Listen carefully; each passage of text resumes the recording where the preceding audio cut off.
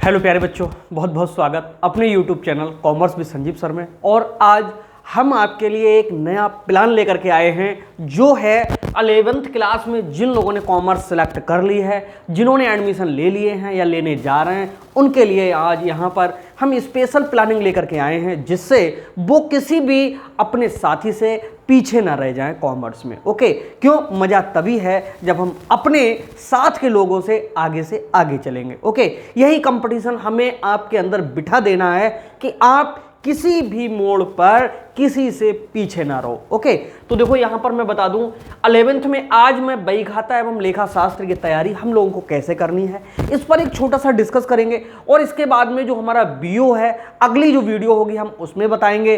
फिर जो बैंकिंग है या मैथ है या इकोनॉमिक्स है जो आपने सिलेक्ट किया हम उसमें भी बताएंगे। लेकिन मेन जो फोकस हमारा रहेगा वो हमारा बही खाता एवं लेखा शास्त्र पे रहेगा और इसके साथ में बीओ पे रहेगा। ठीक है, और जो तीसरा ऑप्शनल सब्जेक्ट है वो आने वाले समय में छूट जाएगा। लेकिन ये जो दो विषय हैं जिनकी मैं बात कर रहा हूं ये लंबे समय तक चलेंगे। दोस्तों, एक चीज आपने हमेशा सुनी होगी कि अगर हम कोई कार्य योजना बना करके करते हैं, प्लानिंग बना करके करते हैं तो सफलता तो मिलती है, उसके साथ में हमारी एनर्जी भी कम खर्च होती है और हमारा समय भी कम लगता है। तो यही चीज़ें हमको साथ में लेकर के चलनी है कि अन्य लोगों से हमें कोई स्पेशल ऐसी प्लानिंग बनाना है कि आगे निकलना है। ठीक है, और यहाँ पर हम अब बात कर रहे हैं बिल्कुल अपने सब्जेक्ट की, बही खाता एवं लेखा शास्त्र में। आप कोई भी बुक ले लीजिए। पहली बात तो आप बुक की बात करेंगे क्योंकि कई बच्चे हैं जो पूछते हैं कि सर जी आप कौन सी बुक से पढ़ाते हो। मैं आपको बता दूं मेरे पास में हर राइटर की स्पेसिमेन मिलती है मेरे को। ठीक है, सारी बुक्स हैं, लेकिन हमारे पास में अपने जो नोट्स प्रिपेयर किए हुए हैं वो सबसे ज़्यादा वैल्यूएबल है। वही हम लोगों को सबसे ज़्यादा आगे ले जाने वाले हैं। क्यों? किसी बुक में कोई थ्योरी बहुत अच्छी है, दूसरे बुक में कुछ अच्छा दे दिया, किसी में कुछ न्यूमेरिकल अच्छे हैं। लेकिन यहाँ पर मैं बता दूं कि बुकों में तमाम त्रुटियां हैं, तमाम उन्होंने राइटरों ने अपनी तरह से उनके लिए सेट किया है। क्यों? पता चला कि एक का डिफिकल्टी लेवल 1 है, क्वेश्चन नंबर 1 का 1 है, दूसरे का एकदम 3 रख दिया, चौथे पांचवें का एकदम डिफिकल्टी लेवल 10 रख दिया।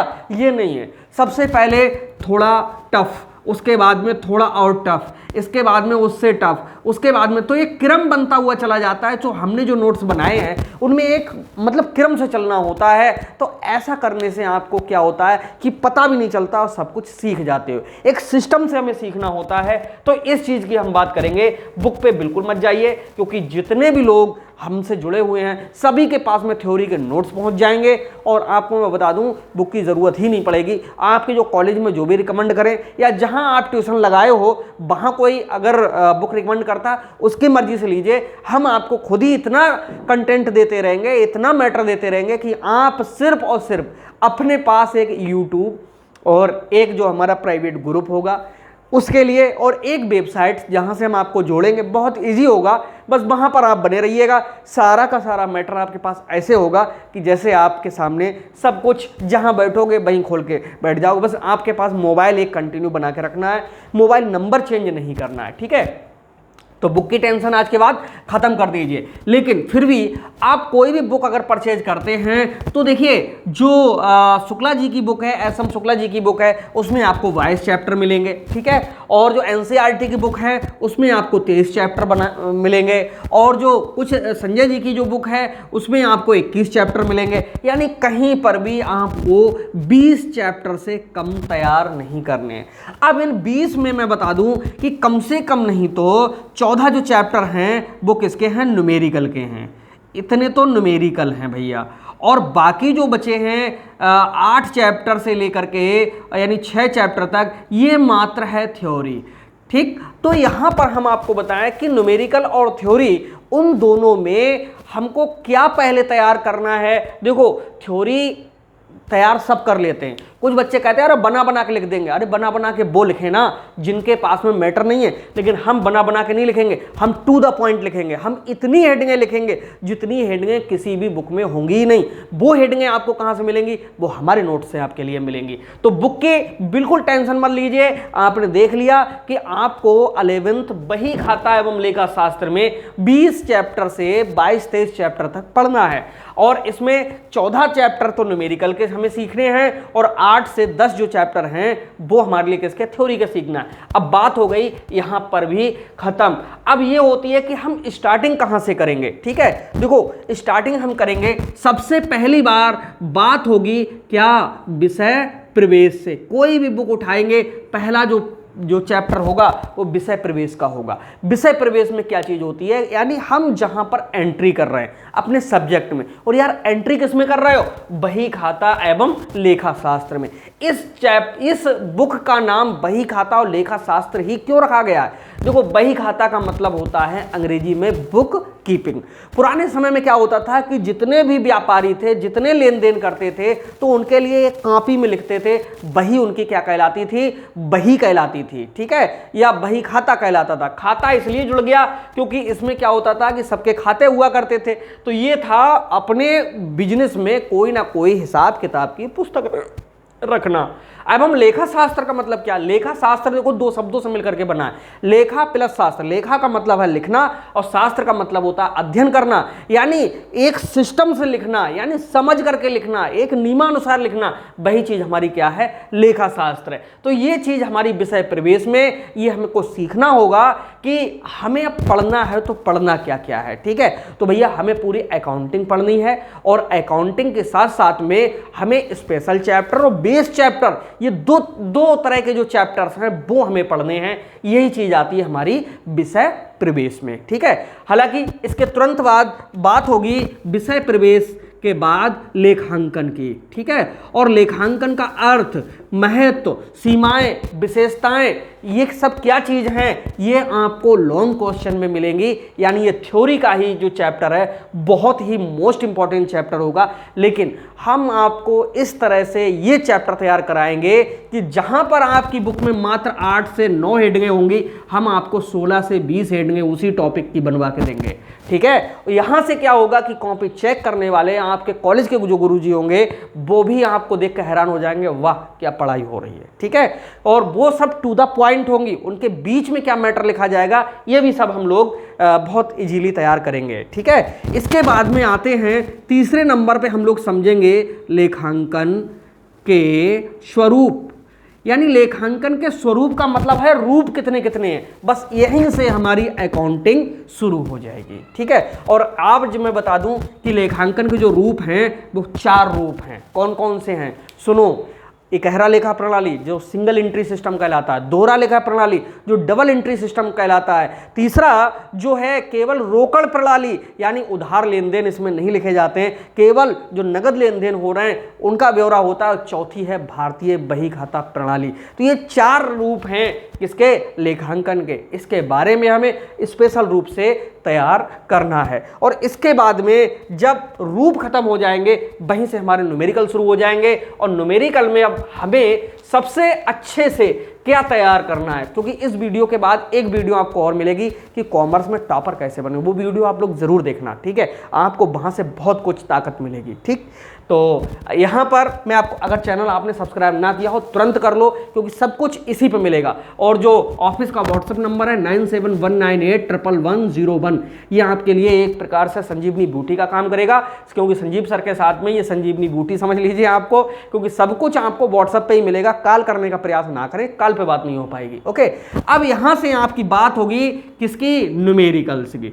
हम लोग जब न्यूमेरिकल स्टार्ट करेंगे तो सीधे न्यूमेरिकल स्टार्ट होंगे कहां से, जर्नल से। ठीक है, यानी जर्नल, भाई जर्नल बहुत इंपॉर्टेंट चैप्टर है। ठीक है, और ये आगे बीकॉम तक मिलेगा, और अगले अगर बीबीए आप करोगे उसमें भी मिलेगा, और यहाँ पर भी मिलेगा, और हर कंपटीशन में जर्नल से जो क्वेश्चन है वो पूछा जरूर जाता है। और जर्नल की मैं बता दूं, आपके कॉलेज में या बुक में हो सकता है जीएसटी की एंट्रीज ना हो, लेकिन हम जीएसटी की एंट्री भी, क्योंकि अब पूरे इंडिया में जीएसटी लागू है, तो आप किसी भी स्टेट से इस वीडियो को देख रहे हो, ठीक है, कोई फर्क नहीं पड़ता, सबका सिलेबस मिलता जुलता, बस एक आध जो चैप्टर हैं इधर के उधर हैं। तो हम बात करेंगे न्यूमेरिकल की, स्टार्टिंग करेंगे कहां से, जर्नल से, और 8 से 10 दिन में ये जर्नल हम लोग सीख लेंगे। जर्नल के बाद में तुरंत हम लोग चलेंगे किस पर, खाता बही पर। जब तक आपके कॉलेज में थ्योरी चल रही होगी तब तक हम लोग जर्नल से खाता बही को कंप्लीट कर चुके होंगे, और खाता बही के बाद में तीसरे नंबर पे हम तुरंत आपको सिखा देंगे तलपट। तलपट होता है ट्रायल बैलेंस, खाता बही होती है लेजर, ठीक है। तो यहाँ पर जो 3 चैप्टर हैं ये हमारे बेस चैप्टर कहलाते हैं, इनको हम कहते हैं अकाउंटिंग बेस चैप्टर। अच्छे लोगों को नहीं पता होगा कि अकाउंटिंग बेस चैप्टर क्या हैं। अच्छा, क्यों? उन्हें तो ये पता है कि हाँ ये चैप्टर है। 2 प्रकार के चैप्टर होते हैं, पूरे यूट्यूब पे ढूंढ के देख लो, कोई बताने वाला आपको नहीं है। एक है हमारा स्पेशल पॉइंट चैप्टर, यानी जो कोई एक विषय पे दिए हुए होते हैं, और एक होते हैं हमारे अकाउंटिंग बेस चैप्टर। तो अकाउंटिंग बेस चैप्टर हमारे ये हैं, और स्पेशल जो चैप्टर होते हैं उनको, यानी एक ही चैप्टर अपने में ही पूरा। जैसे आपको बता दूं, आप 11th में पढ़ोगे, एक चैप्टर होता है उदाहरण के लिए प्रेषण खाते। प्रेषण खाते, इनको कंसाइनमेंट अकाउंट कहते हैं, ठीक है, कंसाइनमेंट अकाउंट। अब यहाँ पर कंसाइनमेंट अकाउंट अगर हम सीखेंगे तो ये अकेला चैप्टर है, अकेले इस चैप्टर के अपने रूल्स होते हैं, लेकिन यहाँ पर इनकी हम बात करेंगे तो इनके रूल कंसाइनमेंट अकाउंट में काम आएंगे, यानी दुनिया भर में काम आएंगे, क्योंकि ये हमारे बेस हैं। तो इस तरह से हम लोगों को अपनी तैयारी धीरे धीरे शुरू कर देनी है, और इसके बाद में ये जर्नल, खाता बही, तलपट, ठीक है, और तलपट के बाद में आपको बताएं चौथे नंबर पे हम रोकड़ बही बनाना सिखाएंगे, ठीक है, जिसको हम कैश बुक कहते हैं। कैश बुक सिखाएंगे, और इन कैश बुक के बाद में हम लोग चलेंगे कहाँ? अंतिम खाते की ओर, ठीक है, जो हाई स्कूल में भी आपने पढ़े थे, समायोजन सहित। लेकिन यहां पर मैं बता दूं, बच्चे गलती क्या करते हैं, वो अंतिम खाते की ओर सबसे पहले चल पड़ते हैं, और अंतिम खाता 1.5 महीने अकेले चैप्टर लेता है। इसके बावजूद भी एक एंट्री ऐसी आ गई, जैसे अभी हाई स्कूल यूपी बोर्ड में जो आ गई थी, एक एंट्री ऐसी आ गई थी जिसने सब स्टूडेंटों को घुमा दिया। तो मैं बहुत ज़्यादा डिपेंड नहीं रखता अपने बच्चों को इस पर, अंतिम खाते पर। मैं तो ये कहता हूँ अंतिम खाता के अथवा में देखिए कुछ ना कुछ और भी आएगा। तो अंतिम खाता ऐसा भी नहीं हम सीख नहीं पाएंगे, हम बहुत इजीली सिखा देंगे। ऐसी ट्रिक हैं जिनके थ्रू आप अगर 2-1 एंट्री भी नहीं पता होगी कहाँ जाएंगे, तब भी डाल के आंसर मिला के चले आओगे। तो यहाँ पर ये हमारा अपना जो तैयारी करने का तरीका है। जब हमारे ये चैप्टर तैयार हो जाएंगे और इनके साथ साथ हम बीओ जो बिजनेस ऑर्गेनाइजेशन है उसकी तैयारी लगातार करते रहेंगे, उससे क्या होगा कि हमारा बही खाता और लेखा शास्त्र तो तैयार होगा ही होगा, उसके साथ साथ में बीओ भी तैयार होता चलेगा। ठीक है, और अंतिम खाते समायोजन के तुरंत बाद मैं आपको बता दूं फिर वही जो जर्नल है इसी से त्रुटियों का सुधार होगा। यानी अब फिर यही चैप्टर हमारे अगले के जो चैप्टर्स होते हैं उनके काम में आएंगे। और देखिए इन चैप्टरों के द्वारा ही, जैसे प्रेषण खाते हैं, मैंने यहाँ पर लिखा, संयुक्त साहस के खाते हैं, औसत भुगतान तिथि है, त्रुटियों एवं उनका सुधार है।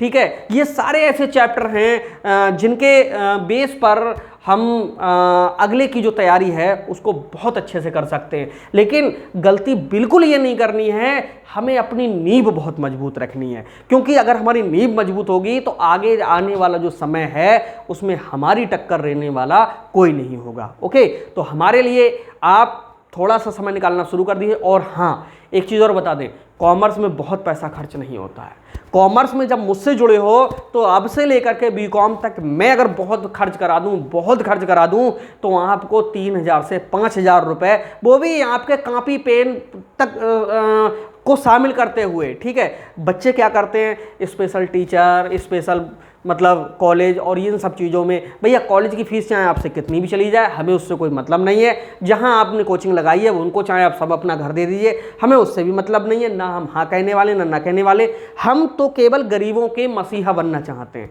हम कमज़ोर बच्चों के सहारा बनना चाहते हैं, हम उन बच्चों का सहारा बनना चाहते हैं जिन्होंने हम पे विश्वास किया है, हमारे ऊपर डिपेंड होकर के जिन्होंने कॉमर्स को सिलेक्ट किया है। उन बच्चों को कहीं ना कहीं हम उनकी उम्मीदों को कहीं पर भी टूटने नहीं देंगे। हम उनके साथ में हमेशा जुटे रहेंगे, एक पहाड़ की तरह अडिग रहेंगे। और जो हमारे स्टूडेंट हैं हम पर जितना भरोसा करते हैं वो भरोसा लास्ट तक उनका कायम रहेगा। और हमें आपसे सिर्फ इतनी सी उम्मीद रहेगी कि आप पर डे आधे घंटे से 1 घंटा 1.5 घंटा हमारे कहने से कॉमर्स में दे देंगे। आप देखिए कि हमारा जो मिशन है कि मेरे बहुत सारे जो स्टूडेंट हैं वो कामयाब हों, एक दिन ज़रूर सफल होगा। ओके, क्योंकि मालिक ने, परमात्मा ने हमें ये बुद्धि दी, हमें कॉमर्स का ज्ञान दिया, तो हम ये चाहते हैं कि इसको खूब बांटें, और जितना हम बांटेंगे उतना ही हमारे द्वारा आप लोगों का कहीं ना कहीं अगर 1% भी भला होता है तो समझ लो कि मेरा जीवन जो है धन्य हो जाएगा। तो आप जुड़े रहिएगा हमसे और मिलते हैं नेक्स्ट वीडियो में। तब तक के लिए बाय बाय।